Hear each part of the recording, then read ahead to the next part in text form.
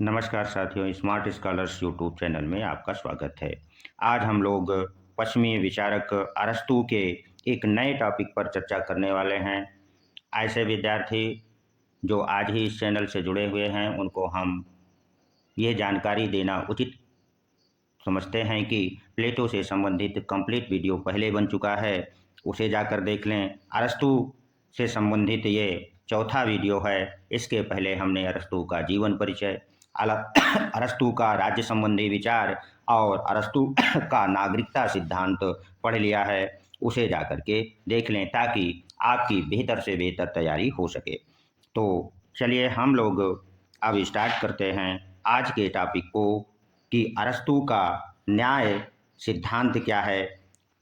इसमें यह भी जानेंगे कि अरस्तू अपने न्याय सिद्धांत में जो न्याय के दो रूप बतलाता है वो कौन कौन से हैं, उनकी भी चर्चा करेंगे। तो सबसे पहले न्याय के संदर्भ में अरस्तू क्या धारणा रखता है उसको हम लोग जानेंगे। तो अरस्तू प्लेटो के समान, किसके समान? प्लेटो, जो कि अरस्तू के गुरु थे, के समान राज्य के लिए न्याय को बहुत महत्वपूर्ण मानता है। किंतु अरस्तू की न्याय की धारणा का प्रतिपादन जो करता है वह प्लेटो से भिन्न रूप में करता है। अब आप लोगों के सामने यह समस्या है, जब तक हम इस समस्या का निवारण कर दें कि क्या भिन्नता है, भिन्न रूप में कैसे प्रतिपादन करता है, तब तक आपका कन्फ्यूजन दूर नहीं होगा। इसलिए हम किसी प्रकार का कन्फ्यूजन पढ़ाते समय यथासंभव प्रयास मेरा रहेगा कि कोई किसी प्रकार का आपका कन्फ्यूजन ना बना रहे।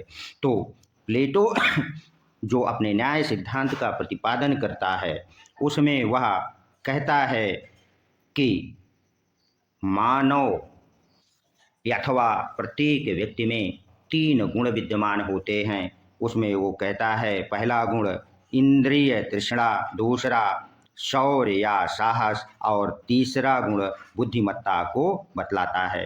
वो कहता है कि प्रत्येक व्यक्ति में इंद्रिय तृष्णा, शौर्य, साहस या बुद्धिमत्ता का गुण उसकी आत्मा में मौजूद होते हैं और जब राज्य का प्रत्येक नागरिक अपने अपने गुणों के अनुरूप अपने अपने कर्तव्यों का पालन करता है तभी राज्य में न्याय स्थिर रह सकता है और न्याय का निवास प्रत्येक व्यक्ति के मन में होता है। अब चलिए हम लोग ये जानें कि अरस्तू का न्याय जो सिद्धांत है वह प्लेटो से कैसे भिन्न है, उसको समझ लेते हैं। तो आप लोगों ने प्लेटो को जान लिया है। अरस्तू जो अपना न्याय सिद्धांत देता है या न्याय को परिभाषित करता है, तो अरस्तू के अनुसार न्याय सद्गुणों का समूह है। किसके समूह बतलाता है? सद्गुणों का समूह कहता है या नैतिक गुणों का समूह बतलाता है। यहाँ से प्रश्न आप से टीजीटी, पीजीटी और असिस्टेंट प्रोफेसर परीक्षा में बन सकता है कि अरस्तू का न्याय क्या है। आपसे पूछेगा कि नैतिक गुणों का समूह है। दूसरा ऑप्शन यह भी दे सकता है कि सद्गुणों का समूह है या कानूनी अधिकार है। तो आप समझ गए होंगे कि अरस्तू का जो न्याय सिद्धांत है वह सद्गुण या नैतिक गुणों का समूह मानता है। और आगे अरस्तू कहता है कि व्यक्ति के न्यायप्रिय होने के लिए यह आवश्यक है कि वह समुदाय, समुदाय का मतलब है समाज से या राज्य के अन्य व्यक्तियों के साथ अपने नैतिक कर्तव्यों का पालन करे और जब वह अपने नैतिक कर्तव्य का पालन करेगा तो यही न्याय है। आगे अरस्तू न्याय को दो भागों में बांट देता है। वो कौन कौन से भाग हैं उनको भी हम लोग जान लेते हैं कि अरस्तु न्याय के कौन कौन से भेद बतलाता है। तो अरस्तु अपने न्याय सिद्धांत के दो भेद बतलाता है। एक कौन सा? पूर्ण न्याय यानी कंप्लीट जस्टिस, और दूसरा विशेष न्याय पर्टिकुलर जस्टिस। अब आगे फिर वह विशेष न्याय के दो उपभेद बतला देता है, अर्थात विशेष न्याय को दो भागों में बांट देता है, सुधारात्मक न्याय और वितरणात्मक न्याय। इन सभी भेदों को हम एक एक करके चर्चा करेंगे। तो सबसे पहले हम ये जानने का प्रयास करते हैं कि अरस्तु ने जो अपने न्याय सिद्धांत को दो भेद बतलाए हैं, पहला भेद जो पूर्ण न्याय है उसका इससे क्या तात्पर्य है। तो अरस्तु पूर्ण न्याय के संदर्भ में कहता है कि नैतिक व चारित्रिक गुणों का श्रेष्ठतम नाम ही पूर्ण न्याय है। अर्थात उसका कहने का अभिप्राय यह था कि जब एक व्यक्ति दूसरे व्यक्ति के साथ अपने संबंधों में नैतिक गुणों का पालन करता है, तभी या नैतिक गुणों के आधार पर आचरण करता है, तभी वह पूर्ण न्याय होगा।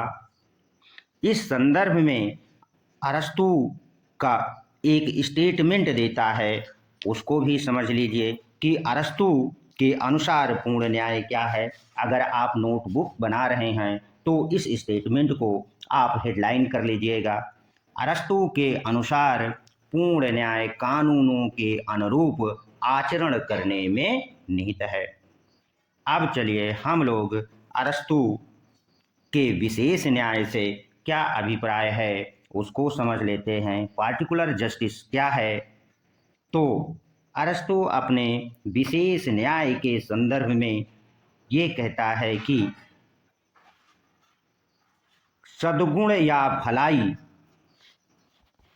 जिनके आधार पर एक व्यक्ति दूसरे व्यक्ति के साथ न्यायोचित व्यवहार करते हैं, उसे वह विशेष न्याय कह देता है। यानी कि सद्गुण या भलाई के आधार पर वह विशेष न्याय को परिभाषित करता है। और जब हम अपने जो सद्गुण हैं अर्थात प्रेम भाव दया ये अच्छे गुण हैं, और भलाई जब समाज के दूसरे व्यक्तियों के साथ हम उनकी भलाई के लिए कार्य करते हैं तो उसे वह विशेष न्याय कह देता है।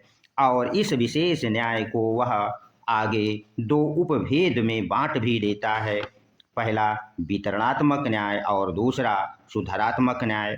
तो चलिए आगे हम सबसे पहले उसके वितरणात्मक न्याय क्या है इसकी चर्चा कर लें। तो वितरणात्मक न्याय के संदर्भ में अरस्तु कहता है कि जब राज्य के उद्देश्यों के कार्यों की पूर्ति के लिए प्रत्येक व्यक्ति अपनी योग्यता एवं क्षमता तथा महत्व के आधार पर जो योगदान देता है उसके अनुसार उसे राज्य में राजनीतिक पदों सम्मानों या अन्य लाभों का जब उचित भाग मिलता है या उचित भाग प्राप्त होता है तो यही वितरणात्मक न्याय है। अर्थात वो ये कहना चाहता है कि राज्य के नागरिकों को उनकी क्षमता के अनुसार जब राजनीतिक पदों सम्मानों लाभों या पुरस्कारों का बंटवारा उनके योगदान के अनुसार जब होता है तो यही वितरणात्मक न्याय है। आगे वह सुधारात्मक न्याय के संदर्भ में क्या कहता है इसको भी जान लें कि सुधारात्मक न्याय से उसका क्या अभिप्राय है। तो सुधारात्मक न्याय के संदर्भ में अरस्तु कहता है कि जब एक नागरिक दूसरे नागरिक के साथ जो व्यवहार करता है और इस व्यवहार में यदि कुछ बुराइयां आ जाती हैं तो सुधारात्मक न्याय उसमें नियंत्रण करने का कार्य करता है। जैसा कि वर्तमान समय में लोग किसी से प्रेम तब तक करते हैं जब तक वह उससे उसका स्वार्थ सिद्ध होता रहता है। समझ रहे हैं ना? और जैसे ही स्वार्थ सिद्ध हो जाता है वह उसके साथ दया प्रेम और मर मिटने के लिए तैयार नहीं रहता है। यह जो स्वार्थ के रूप में बुराई है, इसको दूर करने के लिए अरस्तु सुधारात्मक न्याय की बात करता है और आगे कहता है कि राज्य के नागरिकों के पारस्परिक व्यवहार में जो बुराइयां उत्पन्न हो जाती हैं उन्हें दूर करना ही सुधारात्मक न्याय है। आशा करते हैं कि आप लोगों ने अरस्तु के न्याय विषयक धारणा को आप लोगों ने भली भांति समझ लिया होगा और मुझे विश्वास है कि यदि अरस्तु के न्याय विषयक धारणा से कोई भी प्रश्न टीजीटी, पीजीटी व असिस्टेंट प्रोफेसर परीक्षा में पूछा जाएगा तो आप उसका उत्तर गलत नहीं करके आएंगे। यदि यह वीडियो आपको अच्छा लगा हो तो सब्सक्राइब अवश्य कर दें ताकि अगला वीडियो आपको मिल जाए। और एक चीज़ हम और आपको बता दें कि हम 5 दिसंबर तक पूरा कंप्लीट वीडियो राजनीति विज्ञान पर आपको उपलब्ध करा देंगे और वो भी संविधान को इंक्लूड करते हुए, क्योंकि आपकी परीक्षाएं जो संभावित हैं दिसंबर लास्ट वीक में और जनवरी के दूसरे सप्ताह में यदि ये होती हैं तो आप अपने लिए एक स्थान सुरक्षित कर पाएँ, यही हमारा मोटिव है। हम चाहते हैं कि इस वीडियो को देखकर अधिक से अधिक बच्चे इससे लाभान्वित हों और हमारा कोई मोटिव नहीं है। धन्यवाद। मिलते हैं अगले वीडियो में।